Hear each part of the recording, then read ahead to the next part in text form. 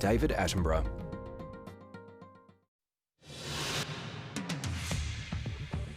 Tonight, some encouraging signs on the northern beaches with just 8 new positive cases.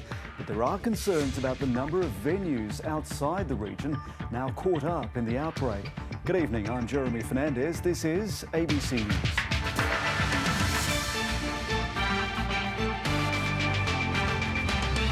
The Northern Beaches cluster spreads across the Victoria border. Inside a US hospital at breaking point, forced to turn its car park into a COVID ward.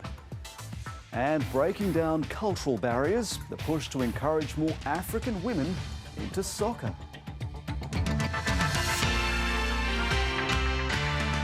As Christmas fast approaches, there's more encouraging news about the Northern Beaches COVID cluster.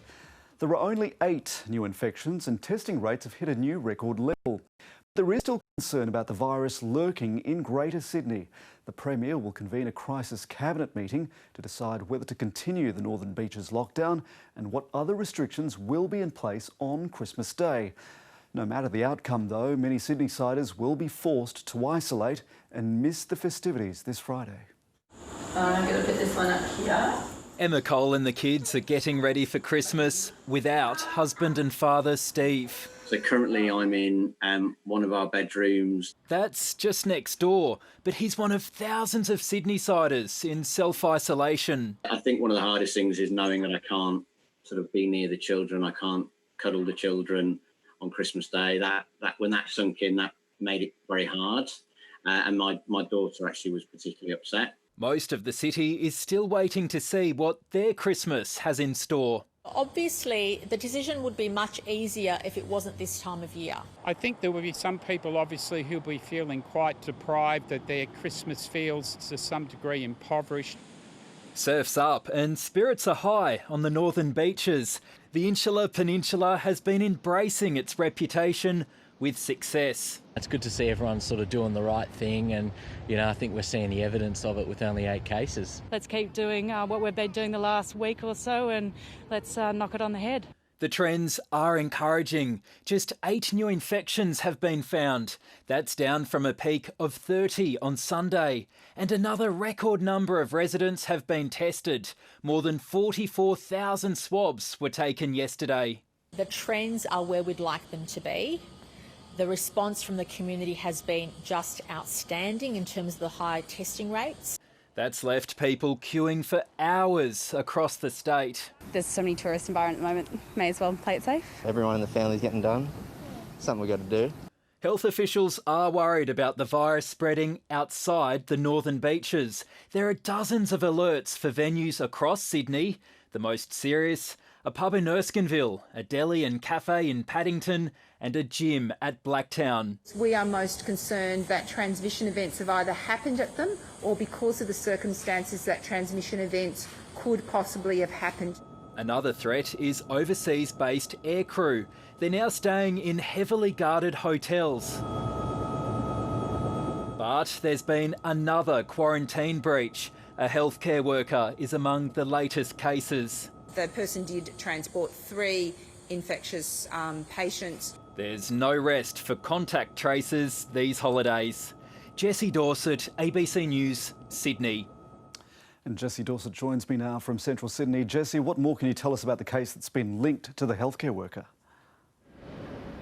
The nurse helped transport overseas arrivals from Sydney's International Airport to hotels across the city, quarantine hotels. Jeremy, health officials suspect that they caught COVID from one of the returned travellers, but tonight we're waiting for genomic sequencing to confirm that theory. One of the healthcare workers' close contacts has also tested positive. That result will be reflected in tomorrow's numbers. But the person did visit regional New South Wales, so there's a fresh health alert for a shopping centre in Orange, and extra testing capacity is being set up in the town. Now, Jessie, everyone's expecting that tomorrow the Premier will announce what kind of Christmas we're all going to have. Has she given any hint today about which way she's leaning on these restrictions? It's so hard to say. The timing of this outbreak couldn't be worse. The government will hold a crisis meeting with health experts in the morning. The Premier indicated today that they'll consider not just the dangers of COVID, but also Sydney-siders' mental health, particularly the 250,000 residents that live on the northern beaches.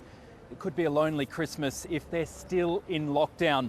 But there's reason for hope. The trends are all positive. Cases are down, testing is up. If we've learnt anything this year, though, the virus is unpredictable.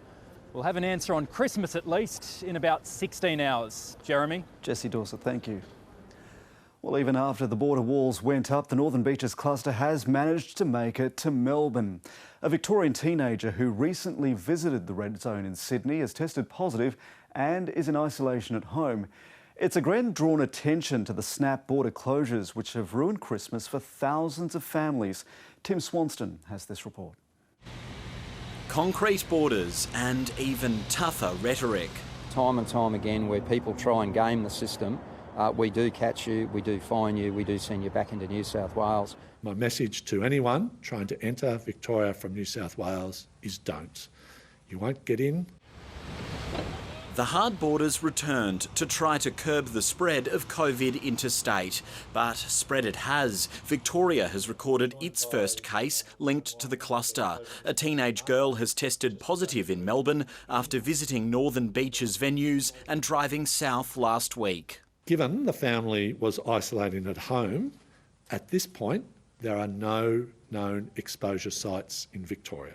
Victoria says it's justification for its border stance. The first known seeding of a case from the Northern Beaches into Melbourne vindicates the risk. Perhaps too low a bar for Gladys Berejiklian, who's still calling for Christmas compassion on the border front. There's also an element of holding your nerve. If you have confidence in your processes, you have confidence in the strategy, you do also take that into account. In Albury-Wodonga, it's a return to familiar delays. My commitment at the moment is actually looking for efficiencies to get it right up there, to enable the freight flow through, to enable border communities to get through. Sydney-siders outside of the Northern Beaches are now changing their holiday plans to stay local. We've unfortunately seen a few cancellations with people who've had to change their plans, but the good thing is we still see it coming in for the next few days in front of us, so we're still seeing good times ahead. Good for some, but border closures mean hundreds will ring in 2021 in hotel quarantine. Tim Swanston, ABC News, Sydney. This COVID outbreak in Sydney has prompted a renewed sense of urgency about when a vaccine will be available in Australia. While many are keen to get the injection as soon as they can, there are concerns some minority communities will be hesitant if proper information isn't available. Here's political reporter Stephanie Boris. Her outer layer of protection is firmly in place, but Wessa Chow's anxious about taking the next step. It's just important to understand what the side effects might be and how that might affect the body. Working with Melbourne's Asian community, she's heard from others who also have questions about COVID-19 vaccines. There may be people who may not take the vaccine. Don't have. Let's say one another because people that doesn't anti activist. One or potentially two coronavirus vaccines expected to be approved for use in Australia by March, and GPs are already fielding questions. When's the vaccine coming? When can we get out of this? And has it been developed too quickly?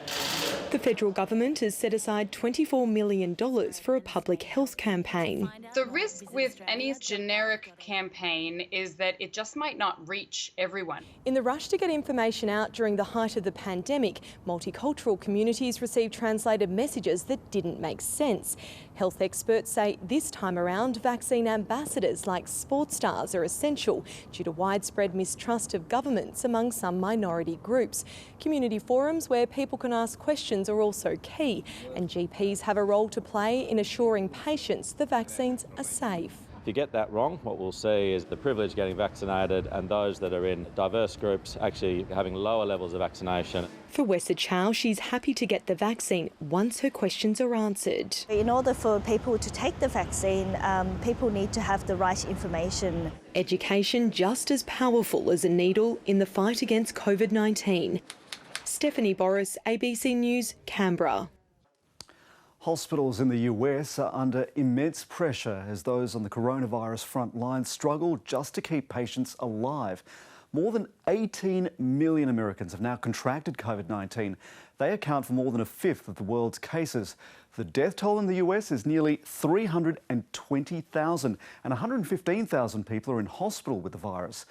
Tonight we visit one hospital in Nevada that's been forced to put infected adults into the paediatric unit. It's also turned its underground car park into a ward.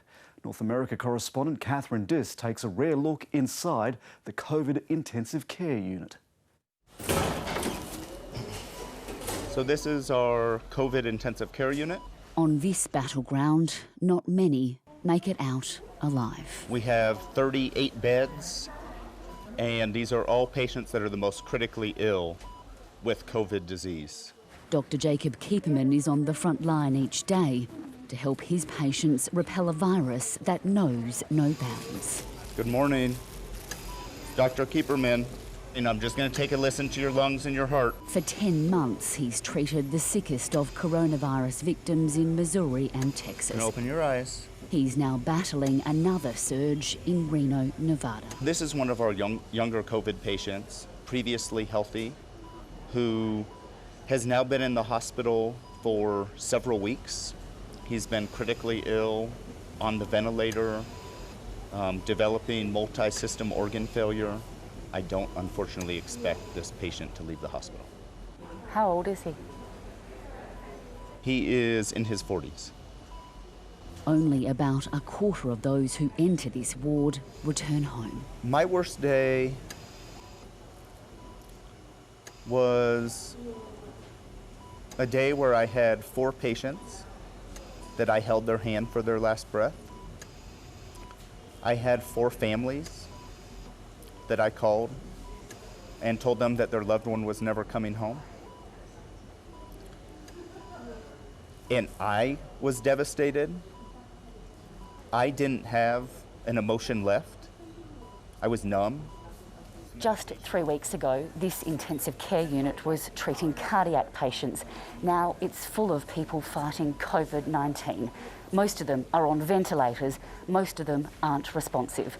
The hospital's now preparing to put 2 people in each room. We are set up for 700 patients on this floor, 700 upstairs. With beds filling up, the hospital's car park is too treating the sick. When patients started flooding in March, it acted. Only now has it been needed. We as healthcare providers are living the illness every day. We're reminded of it every day. So it's been hard when people don't believe that this is real. Hi there. But there is an injection of hope for these weary workers. Can I get your full name and your date of birth, please? Jacob Keeperman, 10-4-77. This was the best little pinch I've gotten in a very long time. In the depths of winter, a promising piece of ammunition for America's spring offensive next year. Catherine Diss, ABC News, Reno, Nevada. One of Britain's most important trade routes with mainland Europe is still cut off despite late-night emergency talks.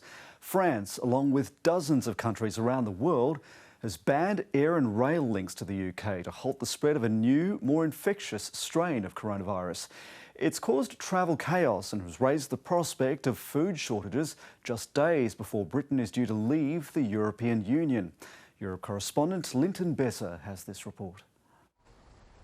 It's not Brexit, it's worse.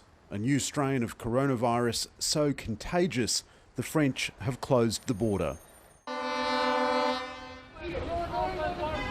At least 6,000 trucks have been prevented from crossing between Europe and the UK. Hundreds remain stuck at the border. I have 3 children and wife, and they need me to come for Christmas. More than 40 countries have now shut the door on Britain. We in the UK fully understand the anxieties of our friends about COVID, their anxieties about the new variant. But it's also true that we believe the risks of transmission by a solitary driver sitting alone in the cab are really very low. 20% of its European trade blocked, more than 30,000 new COVID infections a day, and only 10 days left until the UK crashes out of the EU with no trade deal in hand. Britain is in the grip of a national crisis. This is now a real emergency. We can have no more over-promising and false hope, no more confused messages and slow decision-making. The UK imports $60 billion a year worth of food from the EU. Any prolonged halt to trade will create serious problems. The snap border closure means supermarkets like Sainsbury's are now warning people to expect shortages of fresh fruit and vegetables. Yet more grim news in the run-up to Christmas. Experts say COVID vaccines will still be effective against the new strain of the virus, but Britain has been warned to expect even tougher lockdowns ahead. Linton Besser, ABC News, London. Antarctica can no longer claim to be the only continent free of coronavirus after 36 Chileans connected with a base there reportedly tested positive for COVID-19. Multiple Spanish-language media outlets are reporting those infected are connected to a Chilean army base and were confirmed positive for the virus on Monday. The base is located close to the northernmost tip of the Antarctic Peninsula in West Antarctica, far from Australia's bases in East Antarctica. It's considered hard to reach even by Antarctic standards. The Australian Antarctic Division is seeking to confirm the reports with Chilean authorities. For the first time, federal government ministers have gone online to be sworn into office. In response to Sydney's COVID outbreak, Government House in Canberra hosted a ceremony via video link for the newest members of Scott Morrison's front bench. Do swear that I will well and truly serve the people of Australia in the office of Minister for Superannuation, Financial Services and the Digital Economy. Under the reshuffle, Dan Tehan has taken over the trade portfolio. The former soldier Andrew Hastie joins the front bench as Assistant Defence Minister. A Sydney actor has been cleared of murder but found guilty of manslaughter over a samurai sword killing during a botched home invasion. Blake Davis and his girlfriend broke down today as they learned an inevitable prison sentence awaits them. Jamie McKinnell reports.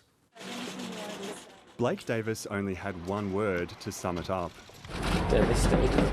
He left court today with his girlfriend, Hannah Quinn, wearing an ankle bracelet and in the knowledge they only have 2 months left together before he goes to prison. The two were accused of murdering Jet McKee outside their inner Sydney flat in 2018. The aspiring rapper was on ice when he broke into their home with a fake gun, knuckle dusters and capsicum spray. A court heard he targeted them due to their alleged drug dealing. McKee was chased down the street before Davis swung the sword and cracked his skull. I just saw blood and just ran. I was just freaked out. They claimed self-defence, but it took a jury just over a day to find that defence was excessive. Davis was found guilty of manslaughter and Quinn guilty of being an accessory. Davis and Quinn learned their fate. She began to cry and they hugged in the dock. In the public gallery, McKee's relatives said the words "gotcha" and "thank you." Davis's head was shaking as his barrister argued for him to remain on bail before his sentence, saying he'll need intensive psychological preparation for prison.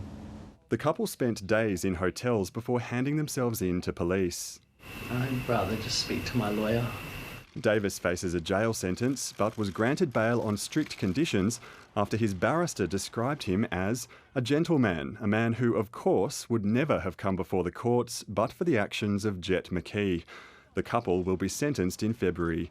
Jamie McKinnell, ABC News, Sydney. 2 men have been found guilty of the manslaughter of 39 Vietnamese men, women and children who died while being smuggled into Britain. The victims were discovered in the back of a refrigerated truck near London last year. Some had tried to escape as they ran out of oxygen. Others used mobile phones to send final messages. A jury in London found the Northern Irish truck driver Eamon Harrison and the gang's ringleader George Nika guilty of 39 counts of manslaughter and 1 count of conspiracy to assist unlawful immigration. The criminals involved in this case made their money from misery. They knew what they were doing was dangerous, but they did it anyway. The migrants came from impoverished villages in Vietnam and had paid the smugglers thousands of dollars to help them find better lives abroad. The bodies were flown home for burial. The Kilauea volcano on Hawaii's Big Island has erupted, causing a massive cloud of ash and steam. Lava mixed with a pool of water inside the summit crater, leading to a short-lived but dramatic eruption. The water evaporated out of the lake and a steam cloud shot up 9 kilometres into the atmosphere. There were some keen observers who ignored a request for residents to stay indoors due to falling ash. Kilauea last erupted in 2018, destroying more than 700 homes and spewing enough lava to fill more than 300,000 Olympic-sized swimming pools. It's not every day the planets align. In fact, it's been nearly 400 years since this celestial phenomenon was last seen. Jupiter and Saturn have joined forces to form the Great Conjunction, aligning so closely in the solar system that from Earth they almost seem to be a single star. These two planets, the biggest in the solar system, fall in line with Earth about once every 20 years, but it usually appears less impressive because they don't come this close. The next time we'll be treated to this cosmic embrace will be in the year 2080. To finance now, and what we know about the inner workings of companies may soon change. Here's Daniel Ziffer. In cricket, the Australian batsman Steve Smith says he remains hopeful the third test against India will be played in Sydney as planned. Smith and the team arrived in Melbourne today in preparation for the Boxing Day test. Cricket Australia's preference remains for the SCG to host the third test from the 7th of January. But alternative plans are being considered in response to Sydney's coronavirus outbreak, including the MCG hosting back-to-back tests. I think everyone's preference here would be to play in Sydney, but we'll obviously be guided by experts, from our medical staff, the governments and everything. Meanwhile, BBL players won't be able to visit family homes for Christmas after biosecurity protocols were tightened. 5 teams have relocated from Tasmania to Queensland for the next round of matches. The A-League and D-League fixtures have been tweaked in response to coronavirus outbreak. Competitions will still kick off on Sunday at Western Sydney Stadium.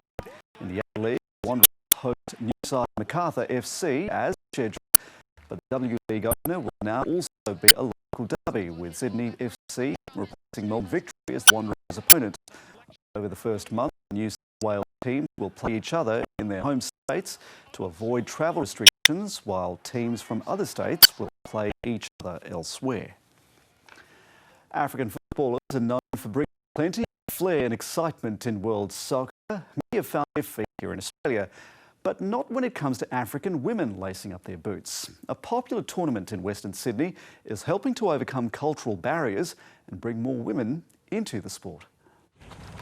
With skills like these, it's no surprise that Rita Opong Boateng is one of the top goal scorers in her league. I'm aiming to be playing for Australia someday and also be playing for Wanderers, so that's my goal. Every summer, these players get together at the African Cup in Western Sydney to celebrate their love for the game. African Cup is literally a beacon of unity. I mean, we have so many people coming from so many different backgrounds, different cultures, coming in under one passion. The men's trophy was won by Ghana, who came out on top out of 16 nations. But there were only 2 teams in the women's draw, Zimbabwe and the Congo. There's a lot of talent in the African community, and I feel the neglected part would be the females. I mean, as a developing tournament, I'd like to see more females in the future. There's plenty of African footballers who have forged a career in the A-League and even gone on to represent the Socceroos.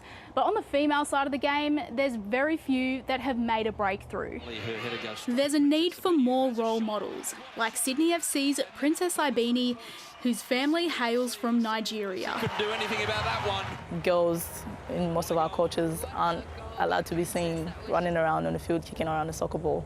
But we're breaking those barriers slowly. Are you ready? I'm ready for you. So is the football community. Bindi Bryce, ABC News, Sydney. Sir Donald Bradman's first baggy green has been sold after initially failing to meet its reserve price at auction. The cap was purchased by the founder of Rode Microphones, Peter Friedman, for $450,000. The sale was closely followed by creditors of the former accountant and convicted fraudster Peter Dunham, who was gifted the cap when he was a young neighbour of Bradman's. Dunham is still in jail. The new owner plans to take the baggy green on a tour around the country. Let's take a look at the weather now. You have a glimpse of the Christmas Day weather for us, Graham. Yeah, and it's not looking too bad, Jeremy. There is the potential of a few showers about. Now, these are going to be more likely about the coastal fringe and back in towards the ranges. But at this stage, forecast models are suggesting mostly light falls. Over the inland, though, clear, dry and mostly sunny conditions. Rainfall today in Sydney mostly cleared overnight. That's after we saw totals of 20 to 43 millimetres, and that helped make today very humid. That was this morning, though, because freshening westerly winds this afternoon saw that humidity clear. We had widespread clouds starting to break up across the state. Rainfall was mostly confined to the northeast quarter and also parts of the southeast. Falls were generally light, though. 11 millimetres at Warrabah Station east of Barraba was the heaviest of the falls. Most of the inland recorded below average maximums, with 24 at Tibooburra Airport. That was 11 below average. Still seeing some active thunderstorms about the southern slopes and ranges at the moment. Now, we have got a more stable weather pattern developing through tomorrow. This is as a ridge of high pressure slowly extends across the state, and it'll actually start to see inland temperatures warming slightly, but they're still going to remain a little bit on the cooler side tomorrow.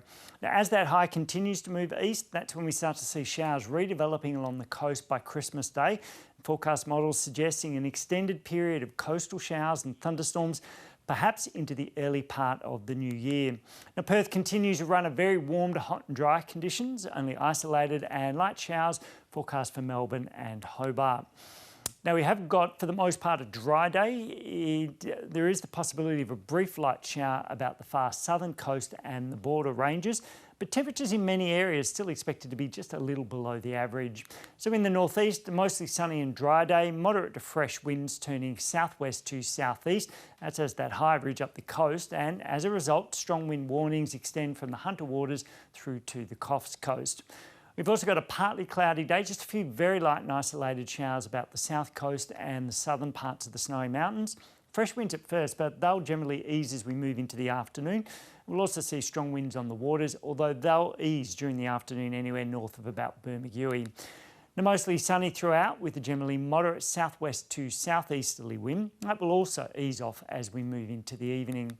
The strong winds on the coastal waters, they'll ease in the evening as well. We've got lows of 14 to 17 and our tops will range from about 23 to 28 degrees. It's going to be a partly cloudy but generally dry day. Moderate southwesterly winds, they'll ease a little in the afternoon as they start to tend a little more southeast. So make the most of tomorrow and Thursday's sunnier conditions. We do see a fairly cloudy Friday, just isolated showers expected though. At this stage, Saturday and into the weekend, we will see a few more showers, Jeremy. Graham, thank you. And that is the very latest from the ABC News team. From all of us, enjoy your evening. Next on ABC and iView Hard Quiz. Then it's